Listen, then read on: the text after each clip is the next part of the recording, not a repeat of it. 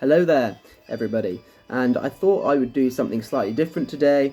I thought I would address something that's in the news quite frequently at the moment in terms of the Russo-Ukrainian conflict and Russia amassing about 100,000 troops on the Ukrainian border. With regards to this, there's obviously a history between these two nations, and I wrote an article for Res Publica last March, which I'm grateful for them publishing, on the invasion of Crimea and the Russo-Ukrainian conflict more broadly. I thought now was an opportune moment just to read you guys the article, and you might take a few things from it, and hopefully you find it interesting. So, the invasion of Crimea and the Russo-Ukrainian conflict. What happened in 2014?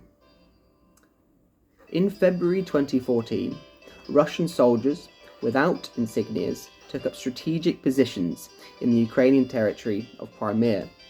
Shortly after, a referendum was held to give Russia a veil of legitimacy to annex the region. That referendum, widely criticised for its undemocratic nature, turned in a 95.5% result in favour of the autonomous Republic of Crimea becoming part of Russia. Quelle surprise. History tells us that it was not the only time that Crimea had been annexed by Russia, and this referendum gave Russia all it needed to complete the invasion. In 1783, for example, it was annexed by the Russian Empire, and it was under Russian rule until 1954 when it passed to Ukraine. Essentially, the Russian state has always regarded Crimea as their territory and within their sphere of influence, with approximately 2/3 of the population being ethnically Russian. This is perhaps depending on how you look at it, and depending on what statistics you look at. Perhaps seizing Crimea in the face of what they saw as an impotent West was an opportunity that Putin and the Kremlin were not going to pass up. Shortly after Russia's invasion of Crimea, pro-Russian groups, bolstered by support from the Kremlin, stoked anti-Ukrainian feeling in the Donbass region in the east of Ukraine. The Donetsk and Luhansk regions consequently declared themselves republics. This was a huge affront to Ukraine's control of the region, and the government responded by sending in troops. The conflict has cost some 13,000 lives, and whilst being opposed by the UN, the war between the Ukrainian government forces and the Russian-backed militia continues to this day. Why Crimea? It is worth exploring one of the many possible motives behind the annexation of Crimea. A common theme of Russian military interventions over the last century has been their ambition to secure a full access to another warm water port, so their fleet can be more easily deployed year-round. Although Russia's geography put its land forces in a dominant position, spanning a vast area from Europe to China, it has not been dealt a good hand with regard to sea borders, and historically it's found itself without a large naval base in which to assert its dominance on the high seas. In the north, the harsh winters mean that the seas get frozen over.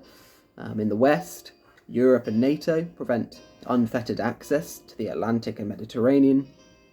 In the south, Iran, Afghanistan and Pakistan deny Russia safe passage to the Arabian Sea. And lastly, in the east, China and the Korean Peninsula prevent access to the South China Sea. Russia also feels unable to project outwards from Vladivostok, Seoul, warm water ports, because of the Japanese presence in the Strait of Tsushima. A glaring example of Russia's historical ambition to secure a warm water port is the Russo-Japanese War of 1904, 1905.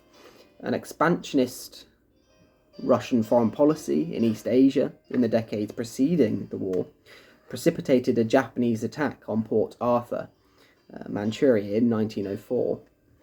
It was a conflict where Japan went on to be victorious and was a humiliation for the Russian Empire. It was also the first example of an Asian power defeating a Western power in modern times. With all this in mind, Crimea's warm water port of Sevastopol was a huge prize for Russia in 2014. Is there any end in sight to this conflict? Russia will certainly not relinquish its control of Crimea. In 2019, Russia's representative to the United Nations stated, "Crimea is in the Russian Federation, and the question has been settled once and for all." More widely, it is predicted that approximately 7% of Ukraine's landmass is under occupation. Russia has no plans to end the 8-year war, and many hawkish members of the Kremlin would see any retreat as a strategic failure. It therefore appears, in the short term at least, that there is no end in sight.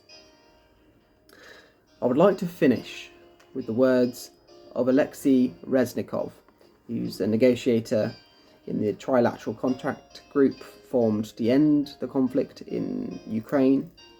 He says, "Ultimately, progress towards peace hinges on Russia's willingness, or to be more precise, Russia's unwillingness, to end the conflict."